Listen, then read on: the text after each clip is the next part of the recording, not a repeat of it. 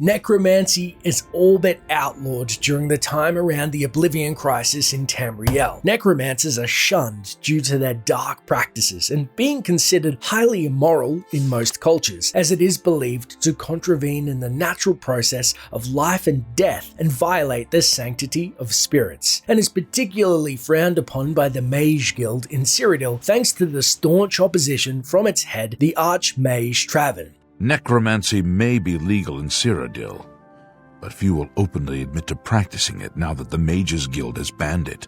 As such, many of its practitioners are relegated to huddle in damp caves to practice their dark arts. Some of their bolder brethren, however, can be found littered around Cyrodiil, even going as far as desecrating chapels and unearthing the dead for their unholy experiments. Or worse. So it's a complete surprise to hear rumours from locals of Skingrad of some questionable behaviours regarding a resident and the town's graveyard. Maybe it's just me, but I find Flaanu of Hlaalu really odd, and I've seen him hanging around the graveyard with a strange smile on his face. Aghast at these open aspersions, we head to the trading district and see an alchemy shop adorned with morning glory. Inside we find the target of local rumours called Flaanu of Hlaalu, the proprietor of all things alchemical. She sells alchemy apparatus, potions, and ingredients. Upon approaching her, she greets us sullenly, stating, "Me? I'm Flaanu, House Hlaalu, as if that matters here." Clearly a bit dejected that her infamous name means less here in Cyrodiil than Morrowind, though when we ask about Skingrad, she responds with a disturbing question. "I'm the only alchemist in Skingrad. Not much business here, but I can't go back to Morrowind. It's just like anywhere else in the Empire. By the way, do you happen to know what the fine is here in Cyrodiil for necrophilia? Just asking." Taken aback by her bold query, we are then given three options to reply, and the first being, excuse me? "Oh, nothing. I was just wondering." What a thing to wonder aloud. If we be honest and tell her instead, "We have no idea what the fine is," she says. "Thanks anyway." She casually shrugs it off as if she just asked us for the best place to get a hot sweet roll. But third and finally, we can actually probe deeper and ask her instead, is it the first offense? Let's assume no. When she says no, it pretty much incriminates her entirely. However, we decide to bite further and give her a solid figure of what we believe the fine for necrophilia is in Cyrodiil and say it's at least 500 gold, to which she giddily responds, "That's nothing compared to Morrowind, thanks." After all but revealing her disturbing penchant for necrophilia, we clearly have a lot to unpack about Flaanu of House Hlaalu, and although there is substantial amount of evidence as to how she arrived in Cyrodiil searching for fresh bodies, I'm the first to admit most of said evidence is circumstantial at best. I don't think Bethesda can outright say there's a necrophiliac in-game for ratings purposes, yet the clues pieced together paints a vivid story of Flaanu checkered past. First, her dialogue hints heavily that Flaanu fled the province of Morrowind, or was exiled, and that she is a necrophiliac. Necrophilia would be considered an especially heinous crime by the Dunmer, whose culture values the remains and the spirits of their ancestors highly. House Hlaalu's influence in Morrowind and close ties with the Empire may have saved her from a worse fate, although she doesn't seem quite happy that her new post is in Skingrad. But it doesn't end there. It seems Flanu's attempt at setting up a new life may not have originally been in the confines of Skingrad's walls. Although her alchemical shop is pretty mundane when searched, and outside of potions and ingredients, doesn't really hold any further clues to her disturbing vice. However, evidence suggests this perhaps wasn't Flaanu of Hlaalu's first store. We can discover the original store of the same name in our travels near Memorial Cave, southeast of the Imperial City on the shores of Lake Rumer, which of course is much closer to Morrowind on the map, and its gate is littered with the familiar morning glory. These ruins contain a whole heap of potions and ingredients and are just a stone's throw from the Imperial sewers, so it's a very useful boon for beginning heroes out there. Some theories on why Flaanu abandoned the house can be inferred from the burnt building, its contents and surroundings, although how precisely the fire started is a mystery. However, the potions on the ground are of insulation, which handily protect from fire. It seems somebody gathered up a bunch of said potions probably before the blaze and may have consumed one, dropping the rest as they left in a hurry. This is further bolstered as there is no corpse or sign of struggle. The store, although close proximity to the Imperial City, is ideal to collect nearby alchemical ingredients. However, it is also open to bandits and a nearby vampire cave. It's known to locals that the roads are not safe at night, and this is not the first building found burnt and abandoned in Cyrodiil. Perhaps Flaanu thought she could operate her business and extracurricular nighttime activities relatively unimpeded and away from prying eyes, yet close enough to the city as to not draw suspicion. Were rumors of necrophilia finding their way back to Flanu's lakeside abode? Perhaps she was forced to flee prematurely. What exactly caused Flaanu to have to move is unknown, or if it was simply self-inflicted by a spell gone awry, it remains to be seen. But judging from the state of the house, it must have been something dramatic.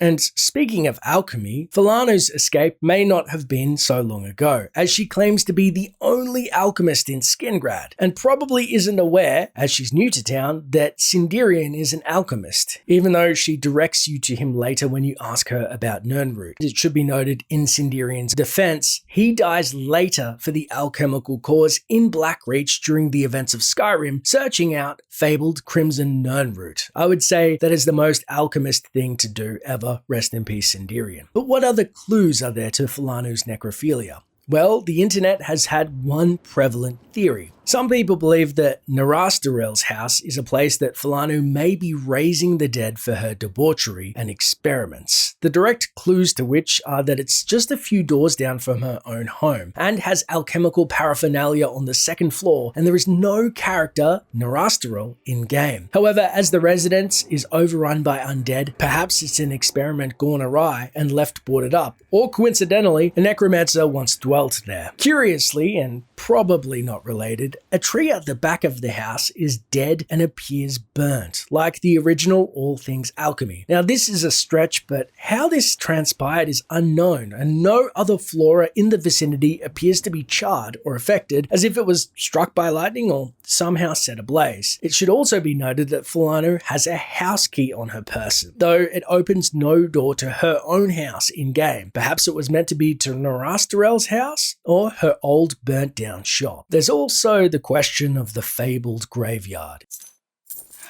Why, you dirty little thief! How dare you touch me! If NPCs see Flaanu traipsing about, surely we can catch Flaanu red-handed, creepy grin and all, down by the cemetery. Well, due to Flanu's schedule being strict, she only leaves the shop once in the morning for a brisk stroll. However, it is then we see her take her reported moments to pause among the graves. Yet, it's too conspicuous to make a move in these early hours, as it only happens between 6 AM and 8 AM, making the chapel graveyard extremely risky to attempt to exhume any body, compounded by the fact that she's already drawn undue attention to herself. Although Flaanu doesn't seem to be high on the conscientious scale when querying total strangers about her dark, lustful desires. Flaanu is actually meant to make a second trip to the chapel of Julianos at 8 AM and worship at the altar of Tiber Septim, but her shop AI takes precedence and she never makes the trip. There's a second, far less visible option, being the larger cemetery outside of the walls of Skingrad, which is ripe for the picking and mostly unguarded. Unfortunately, though, a stone's throw away from the city is next to an incredibly dangerous derelict mine guarded by goblins. And the main cemetery itself becomes inhospitable later, as after closing Kavach's Oblivion gate in the main quest, Skingrad's resident gate opens directly in the graveyard, and although temptingly exposing coffins to plunder, which would be nigh irresistible by an insatiable necrophiliac, unfortunately said graves are now guarded by deadly Daedra. Flaanu would be ill-prepared for, boasting a pitiful black and burgundy outfit and pair of gold-trimmed shoes for defense, and she doesn't wield any weapons, instead relying on a paltry few random set of leveled alchemist spells. Ah!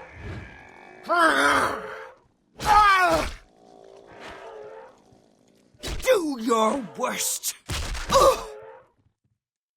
Don't hurt me! Perhaps her trip was to further inconspicuously browse the undead goods while she's pretending to pray. Maybe she truly seeks guidance from the gods and wishes to repent her numerous sins. She very well may be a complex character with conflicting ideologies, but as a Dunmer who partakes in necrophilia, I'd put money on the latter. This reasoning is further compounded by the fact there's a nod directly at Flaanu being tied to the Daedra versus Aedra in a very specific way. Once you have read Modern Heretics, spoken with Yulene Halerva about Shadenhall, or spoken with Trayvon the Redguard, a new Daedra cults conversation will appear. When you speak to Flaanu about this, she will mark Sanguine's shrine on your map and become defensive, saying, "What makes you think I'd know anything about that?" But it just so happens I've run into some Sanguine worshippers up in the Imperial Reserve, a long way northwest of Skingrad. Can't give you any better directions, unfortunately. Traveled mostly at night with a guide and didn't see much on the way. As you're probably aware, Sanguine is the Daedric prince of revelry and debauchery. He also has a domain over the darker natures of man, such as sin, lust, sloth, gluttony, and greed. He's also the patron deity of sinners. There is hardly a bigger sin than necrophilia in civilized society, and it's hard to believe for a second that Flaanu wouldn't have taken the trip out to his shrine herself, as she just so happens to know its exact location. Curiously, Flaanu was also intended to be a man, with NPC voice lines calling her a he, and with unused keys on her person and an old burnt down shop. Perhaps there was more content the Bethesda staff wisely decided to cut before getting too risque and further pushing the game's rating, and perhaps explaining her whole story would have killed her meme status. But with all the clues at hand, it paints Flaanu as an individual with a sick fetish that, without her powerful family's backing of House Hlaalu, would not be able to pick up and rebuild every time she's in danger. With a low conscientiousness, however, being seen already in Skingrad lurking around the cemetery, and more worrying, asking complete strangers about necrophilia, it seems it's only a matter of time until she's caught, and then being so far from her perfective family's influence, perhaps she will end up as a corpse and the end of a rope herself. Let me know what you thought of Hlaalu. It's such a popular meme. It's very interesting to see that Bethesda nearly decided to commit to a very dark storyline and pulled out last second. That's it for the video. Make sure to like and subscribe to stay up to date with the latest lore videos. I love Oblivion and this story was dark, which is right up my alley. Let me know what you thought of Hlaalu in the comments below or on my socials linked in the description. But as always, stay safe. Until next time, traveler.